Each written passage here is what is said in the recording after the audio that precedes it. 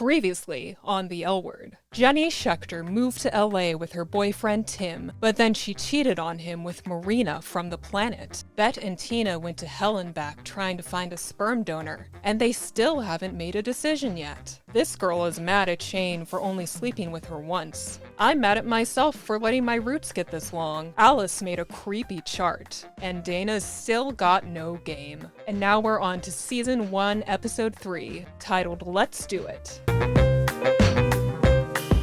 Feeling empowered by her successful chart demonstration with Dana the other night, Alice brings the chart to a new audience. Her freaking boss. She wants to write a whole story about the chart for LA Magazine and tries to explain to the boss man why it's so much more than a map of female sexcapades. Makes me think of those guys back in college who used to try to capitalize on the whole sex positivity thing. I'm not like other guys having hundreds of one-night stands. I have hundreds of one-night stands because to me, it's all about the connection. But yeah, the boss isn't feeling it. He'd rather Alice do her story on vaginal rejuvenation.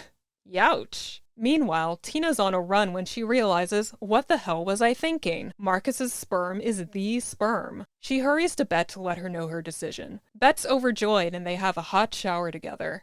Next door, Tim's trying to get out the door for work, but Jenny tries to start a conversation with him. Obviously, she said yes to his proposal the other day. But the guilt from her affair with Marina is building up. Poor oblivious Tim insists on talking later though, cause he has to get to work like now. We cut to Shane post one-night stand with another girl she's not calling back. However, Shane's being watched by frickin' Lacey from the sperm donor party. Now that I think of it, why was Lacey at the sperm donor party? How is it that she's not important enough for Shane to call back, but she's close enough to Bette and Tina to get an invite to the sperm bachelor? Anyway, after that, we finally get to see Dana in her element. As in, not just not getting laid, but working out with her coach at the tennis club. Coach decides she needs a break and sends her off to the dining room. When she gets there, the attractive sous chef comps her meal. And now Dana's feeling like hot shit. For once in her life. Back with Alice, she's gone the extra mile and booked an appointment for vaginal rejuvenation just for this magazine story. Who's willing to bet that if the chart story got approved, she'd be sleeping with somebody new right now? You know, for research. This clinic makes you use an intercom, and Alice is so embarrassed about being there, the receptionist can't understand her until she yells, "All right, I need to get my vagina rejuvenated." Well, why didn't you just say so? She finds out the receptionist is her ex, Gabby, and Gabby launches into apologies because she was abusive during their relationship. Gabby pleads for another chance. She promises she's changed. Come on, Alice, she promised. What could go wrong? Obviously, Alice agrees to go to lunch with her because she's weak. Cut to Jenny back at home. She's got a voicemail from Marina. Hi, Jenny. It's Marina. I was thinking about you. But she still doesn't want to hear Marina out and tries to distract herself via writing. We get a visual representation of what's going on the page right now. Looks like Jenny's alter ego, Sarah Schuster's body, washed up on a beach. I'm gonna be real for a second. I have no idea what the fuck Jenny's writing means. Any of it. I don't know if I'm just an idiot or something, but her work makes me feel like I'm having a stroke. We cut to the planet as Shane arrives, but the second she's through the door, Lacey's there to assault her via flash photography. She's taking such close-up photos of Shane's face. What are you gonna do with a photo of Shane's eyebrows, Lacey? Marina jumps in to save Shane, and she strong-arms Lacey out the door. Once Lacey's gone, Marina spots Jenny in her car, but the second they make eye contact, Jenny freaks out and she's out of there. Shane, Alice, and Dana witness this, and they're like, all of us know they're having an affair, right? The topic changes to Dana's crush on the sous chef. Turns out her name is Lara, and she keeps sending Dana little treats for free whenever she's in her dining room. But Dana has no idea whether or not Lara's gay. Alice and Shane realize that Dana has no gaydar, which leads to Alice announcing that the chart's gone online, much to Shane's distress. But she insists it'll be a good way to find out if Lara's gay, because the chart's gone interactive, so now women are adding themselves to the love web. If Lara's on the chart, mystery solved. Back to Jenny, she's written herself from the dead body beach to this Jewish funeral service. She's got this man and woman in the back, they inexplicably get in the mood. Woman reaches over to cup the man's stuff, but then, whoops, that's Marina. Dang, and here I thought writing was supposed to help you feel less and lie to yourself. Jenny just has to listen to the rest of Marina's voicemail now. Hi, Jenny. It's Marina. I was thinking about you. Wait, that was it? How is Jenny supposed to respond to that? Are you telling me you couldn't even think of one innuendo to put into Jenny's voicemail box? There's tons of easy box jokes right there. Is she worth that little to you? We check in on Bette and Tina again, and tonight's the night. It's time to make that baby with Marcus's stuff. We honor you. We honor you. Weirdos. Anyway, they do the deed, it's hot, nice. Meanwhile, at Alice's apartment, Alice boots up the online chart for Shane and Dana. First, Shane and Dana criticize Alice for giving Gabby another chance. They're big Gabby haters and don't want to see Alice get hurt again. Alice switches gears and searches for Lara on the chart, but it turns out Lara wasn't down to upload her entire sexual history to the internet for some reason. Bette and Tina have just finished planting that baby, and Tina's stuck lying on her back to ensure the sample makes it all the way up there. The couple's having this sweet, triumphant, post-coital glowy moment, but then the Shane Alice Dana squad comes a knock-in to get Dana some big girl dating advice. Bette lets them into the bedroom, and Alice just grabs the sperm syringe like an animal and accidentally shoots Dana point blank with Marcus's legacy. Oh, God. Okay, all right. That is disgusting. Oh my God, get it off. Okay. You're not gonna get pregnant through your sweater. I love this, though. This is such a dykey thing to do right after you conceive a child. Just invite all the girls to come hang out with you in the bedroom while you're upside down, vag out. Your kids' aunts can't not be a part of this. Side note, I completely forgot in the last episode to mention that Tina is also bisexual. This will come into play in, the worst way possible later, but it's worth mentioning now since it's a part of her. Also, rewatching these episodes reminds me how much I liked Tina in the beginning. She's so kind and so supportive. In a way, Tina's the first woman you want to see when you step into your first sapphic space. If you see her when you walk in, you're in safe hands. Anyway, the girls determined that since Dana hasn't even spoken to Lara before, they gotta change tactics. We are going to deploy a mission to ascertain the disposition and intent of one Miss Lara Perkins. It's just crazy that Bette talks like that. The next day, Dana finds out she's about to get scouted by Subaru. Lara comes to the locker room to change uniforms, and the two finally have their first conversation. And Dana can hardly handle knowing that Lara's swapping jackets right behind her. Meanwhile, the other girls stop by the planet, and they realize Alice is meeting Gabby there, and they are not happy to hear this. When Gabby arrives, she demonstrates all the thorough self-reflection and rehabilitation she's committed to since the breakup. I should probably go. Do you have to do everything your friends want you to do? Oof. I'm sure it'll just take a couple more therapy sessions. No time for that now, though. It's time to Ascertain the disposition and intent of one Miss Lara Perkins. The Dykes roll up to the tennis club in style. They discreetly take their seats in the dining room. Pretend you don't know us. Tina, Jesus Christ. Pretend we're not here. This is a secret mission. Whatever you do, do not draw attention to us. The mission is in motion. They're all scrutinizing Lara's nails, her clothes. They're taking field notes on this poor innocent woman. They go about having flip phones in the most intense way possible. Bette and Tina even make out to gauge Lara's reaction. Personally, I think those two just wanted to make out. They finally broke out of their dead bedroom and now they're out of control. The girls take their findings to the bathroom and conclude that, well, there is no conclusion. Because this is a really stupid way of finding out if someone's gay. But all hope is not lost, because they still have their secret weapon. You know what we have to do. Sorry? I was just wondering if you had those, those sweet little figs. So Shane works her magic on Lara, but Lara doesn't take the bait, and the girls leave with still no answers found. As they walk to the parking lot... Oh my God. Who is that? Okay, I can only assume that Lacey was hiding in Bette and Tina's closet last night, because how could she possibly know that Shane was going to be here today? The girls regroup at the planet, and Tim is there. Alice wonders aloud if he knows about Jenny and Marina, and Bette scoffs at the idea that they're having an affair. Because if Bette hasn't witnessed it, then it's not real. She also calls out Alice on being obsessed with other people's personal lives. Honestly, deserved. And then she drops her patented, famous Bette Porter life philosophy. Monogamy isn't just hypothetical. Some people actually do practice it. I can't. I fucking can't.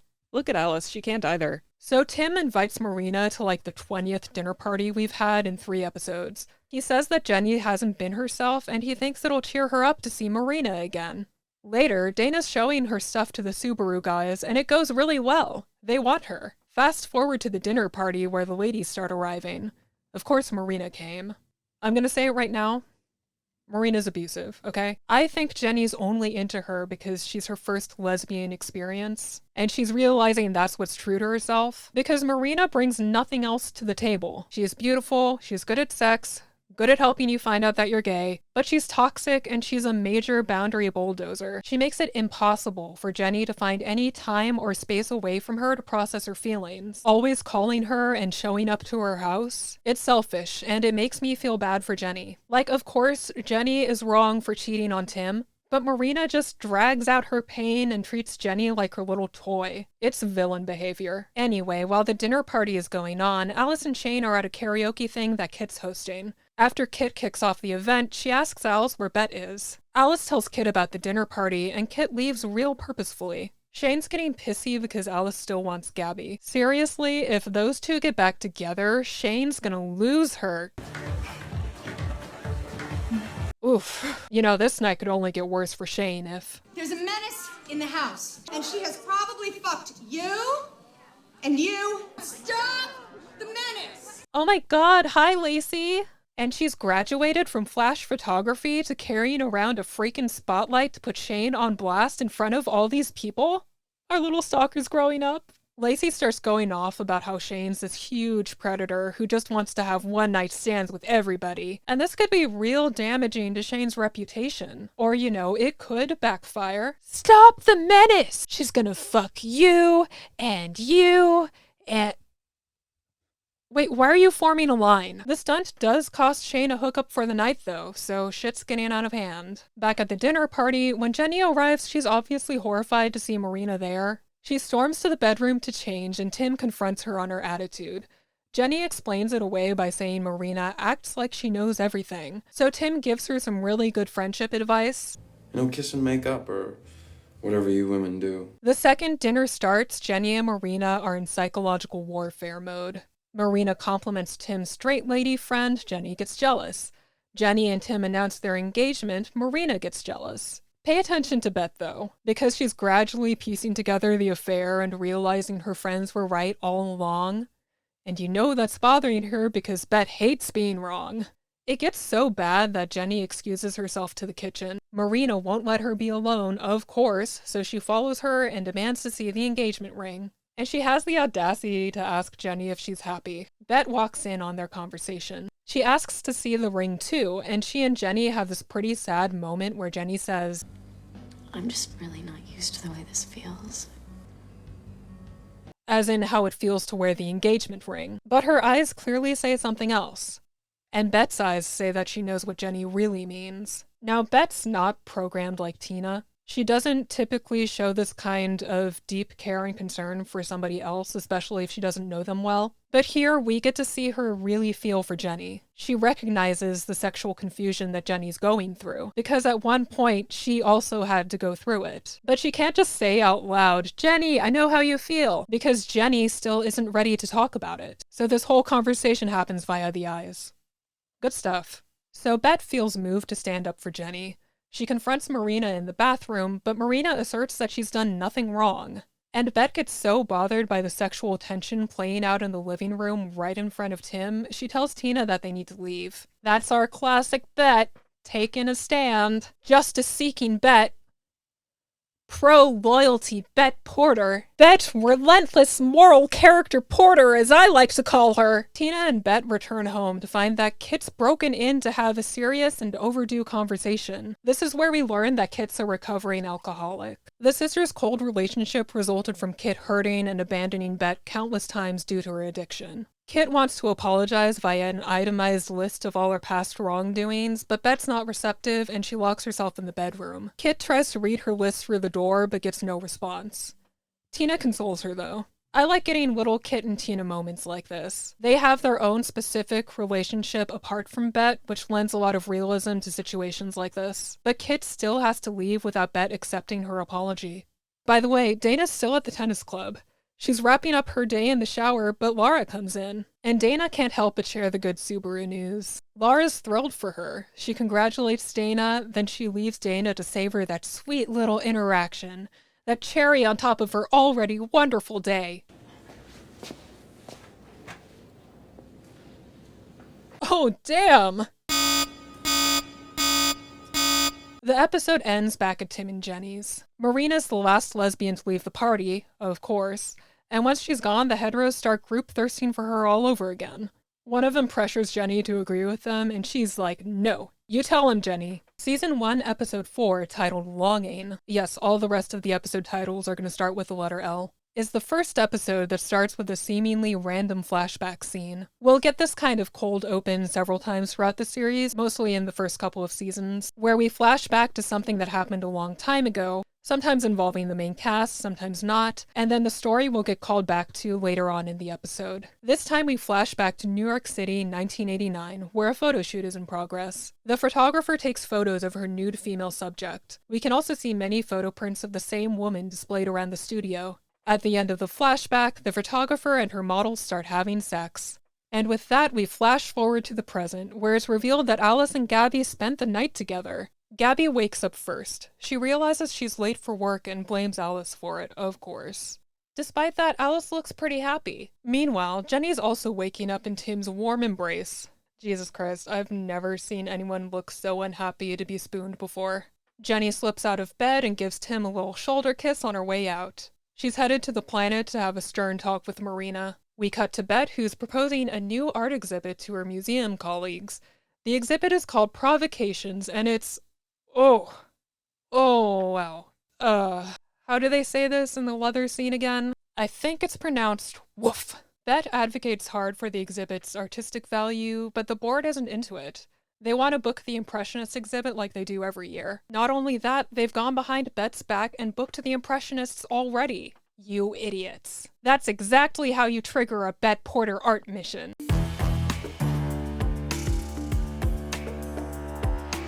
Y'all are gonna regret this. This is a really good Bette episode, by the way. I know in my last video I was going on about Bette having this mountain of fatal flaws and what have you, but this is the first episode that I think demonstrates one of Bette's best and most attractive qualities, and I'm stoked for you to witness it. Back to Jenny, she meets Marina at the planet and they step into Marina's office. And Jenny's not here to get manipulated or seduced, no goddamn way. She's here to assert some motherfucking boundaries and look hella badass while doing so. She tells Marina that they can't do their little song and dance anymore. She wants to stay with Tim and she can't imagine her life without him.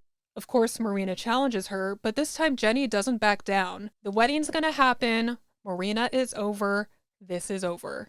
Back in the cafe, Shane's getting sick of Alice's post-Gabby glow.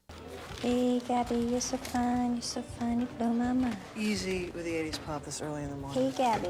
Because Shane still doesn't trust Gabby, specifically because a few nights ago, Shane saw Gabby making out with another woman named Nadia. But when Shane tells Alice about this, Alice doubts her. At the tennis club, Dana slips into the kitchen to see Lara. Lara's happy to see her, but she accidentally cuts herself. Oh my god, I'm sorry. It's okay. Oh Jesus, you're disfigured. I see myself in Dana in this moment. I don't like it. Lara's so sweet though. She shows off all her cooking injuries like their shark bites and reassures Dana she's got hands of steel. Dana finally asks Lara out. She wants to take Lara somewhere expensive, seeing as she's a chef who knows her food, but again, Lara pushes back a little. She says she doesn't want to start out that way and suggests a small restaurant in Koreatown instead. Guys, I really like Lara. She's like Bette if Bette was a chef, but also open-minded and not a snob. So basically she's not like Bette. The point is, she wants her and Dana to be equals if this dating thing's gonna work out. That's a very pretty green flag. Meanwhile, at Bette and Tina's, Bette tells Tina what went down at the meeting. Tina's somehow surprised the board didn't go for the gay BDSM leather fetish exhibit. Look, I'm not saying it's bad art or inherently bad subject matter, not at all. I'm just saying maybe ask yourself if your museum is a gay BDSM leather fetish kind of museum before you try to book a gay BDSM leather fetish kind of exhibit. Bette also drops the news that she got revenge on the board for going behind her back by going behind their backs and re-unbooking the Impressionists. And now she set a date with an art curator for the Peggy Peabody Foundation, which owns Provocations, to see if she can win them back. This might be hard to pull off because apparently Bette and this art curator once slept with the same sculptor. While that's going on, Tim takes himself out to the planet where he finds Marina at the pool table. Not one to miss an opportunity to fuck with her affair partner's real partner, Marina challenges him to a game. Not only that, when Jenny calls Tim, Marina answers the phone for him, which Jenny does not take well. In fact, it makes her so mad she storms over to the party to break things up. But when Jenny gets there and sees Marina and Tim seemingly getting along, she passes out, unconscious. Everyone hurries over to help and Tim takes Jenny home. At the same party, Alice looks for Gabby. When she finds her, she's with that girl Nadia. Also, Gabby has this Shane flyer that Lacey's been handing out to everyone with hands. Alice tells Gabby that she'd wanted to hang out alone tonight, but Gabby says, We can be alone when we're dead. Spoken just like a 16-year-old's edgy MySpace glitter tag. Alice, why do you want this woman so bad? The point is, Gabby wants to stick with her little thirsty girl posse, so Alice is shit out of luck tonight. Also, Kid is DJing at this party, and Tina spots her having a beer. And so does Bette. Uh-oh. Oh, and Bette just got there because she got stood up by that art curator she was supposed to meet, so now she has to think of another way to get provocations. Tim gets Jenny home, but instead of thanking him, she accuses him of flirting with Marina. Obviously, he's offended by the accusation. He just has no idea how actually offensive it is. The next day, the girls convene at the planet again, and Alice brings a huge anti-Shane flyer. Guys, there's a giant billboard of Shane on Sunset. Just kidding. It's gotten so out of hand that Shane's walking around in a hoodie and sunglasses so she doesn't get recognized. The girls give Dana a pep talk for her first date with Lara. And they tell her not to wear a dress or she'll look like a geek. Never stopped me before. Then they switch to lecturing Alice about her still not re-dumping Gabby given the way she's been treating her right in front of everybody. Bette and Tina have even prepared a script for when Alice finally comes to her senses. It's clear to me now that you are an emotional cripple without any kind of capacity to understand true love. And I'm no longer willing to waste my valuable time on you. So step off, bitch. Right then, Bette gets a phone call, and she learns that Gina stood her up last night because she was busy booking provocations for Mocha. Nuh-uh. But Alice gives her a little LA magazine tip that Peggy Peabody of Peggy Peabody Foundation fame is in town on an art financing spree. Bette knows what to do now. Out on the street, we find Lacey doing her anti-Shane activism, handing out more of those flyers. You know, proto-cancel culture might not have been that environmentally friendly, but I'm not gonna lie. You see so many people tearing down flyers these days, it's kinda nice to see someone hand them out for once. Shane comes over and confronts Lacey, and Lacey demands to know what was so wrong with her. Shane says nothing was wrong with Lacey. The two of them just think differently. Lacey might want a stable relationship with somebody, but Shane doesn't do relationships. She has so much casual sex because she's so attracted to so many different people at any given time. This is a good Shane scene. In my last video, I almost introduced Shane as a female fuckboy, but since I started rewatching more episodes, I changed my mind. Because Shane's not having a lot of sex with a bunch of women because she's on some kind of objectifying pussy conquest. She's just attracted to everybody, and everybody's attracted to her, so it works out. Usually. Lacey finally understands Shane's world, and they hug it out. And then they start making out, and here we go again. That evening, Dana goes to Lara's apartment building to pick her up. When Lara comes out, she looks at Dana and worries she's overdressed, but Dana tells her she looks beautiful, and they head out. Back with Bette, she's found the hotel where Peggy Peabody is staying. The guy at the desk won't let her know which room Peggy's in, but what luck! Peggy just waltzed through the front door, and she's played by Holland Taylor. This art mission just gets better and better. Bette catches a ride with Peggy on the elevator, but Peggy mistakes her for an art dealer, and now Bette's stuck schlepping around one of Peggy's Pomeranians. They go up to Peggy's suite, but when Peggy gets a call from her actual art dealer, she realizes she's never met Bette in her entire life. Luckily, Peggy warms up to her, and she explains to Bette that she used to be a lesbian. I was a lesbian in 1974. Just 1974? No, just 1974. That was all I needed. Well, you know, that is what we refer to as a has-been.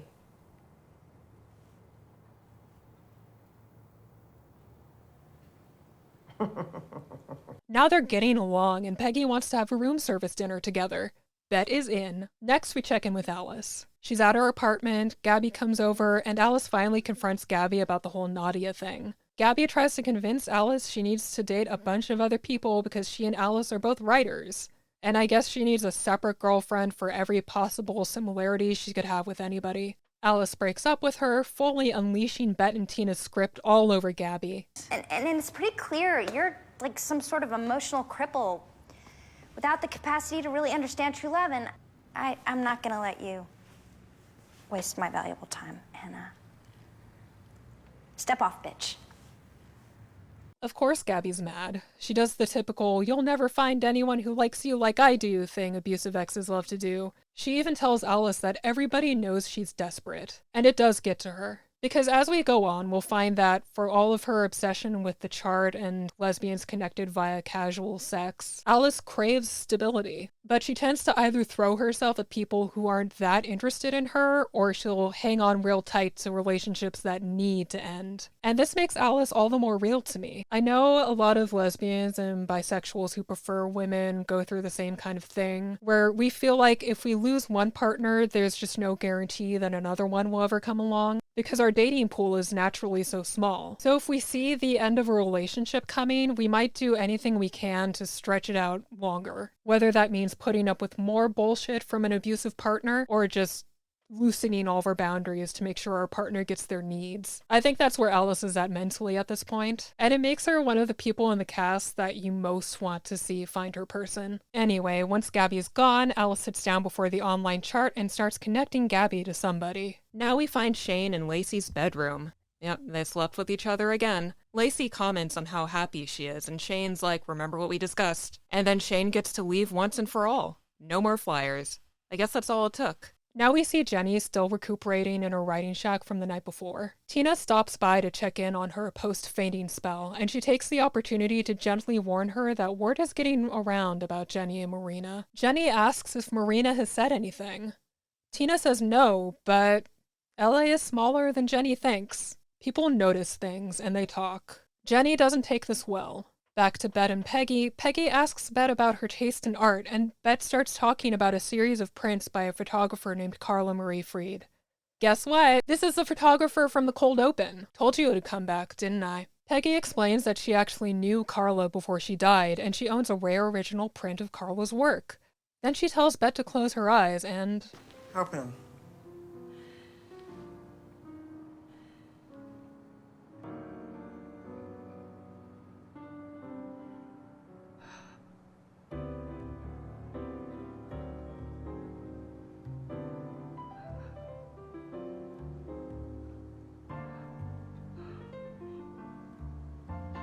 And Bette falls silent, just soaking in the sight of it.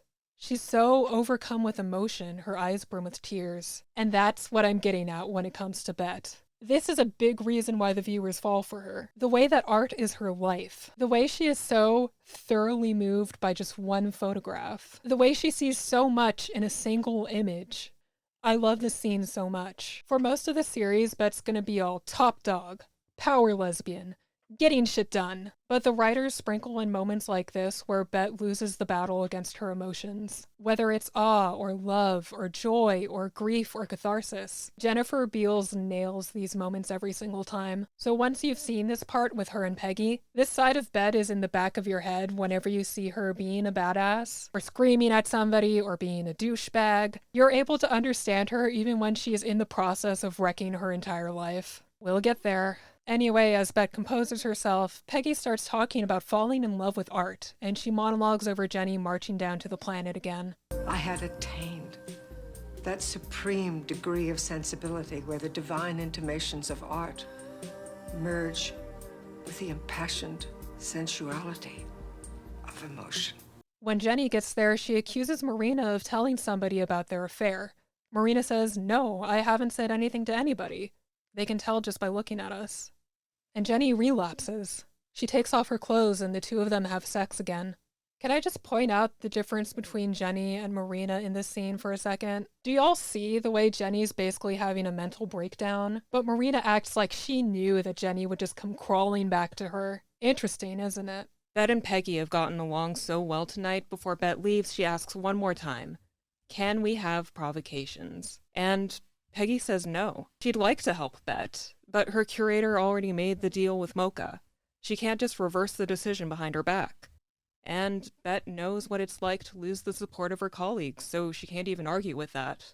Art mission over. And that's how episode 4 ends. I really like these 2 episodes for the way they balance a lot of goofiness with some really good revealing moments for a bunch of the characters. We've managed to learn a lot about Bette, Shane, and Alice especially in the past couple of hours. And shit's about to get seriously messy in Jenny and Tim land. So I'm excited to break down episodes 5 and 6 for you guys real soon. Just like last time, if you agree or disagree with any of the takes I made in this video, just speak up in the comments. And just so I know for sure that somebody's watching, why don't you give me a like, give me a subscribe. Just press all those little buttons for me, I really appreciate it. But that's enough for me for today. Remember not to cheat on your significant others or book the Impressionists, and I'll see you next time.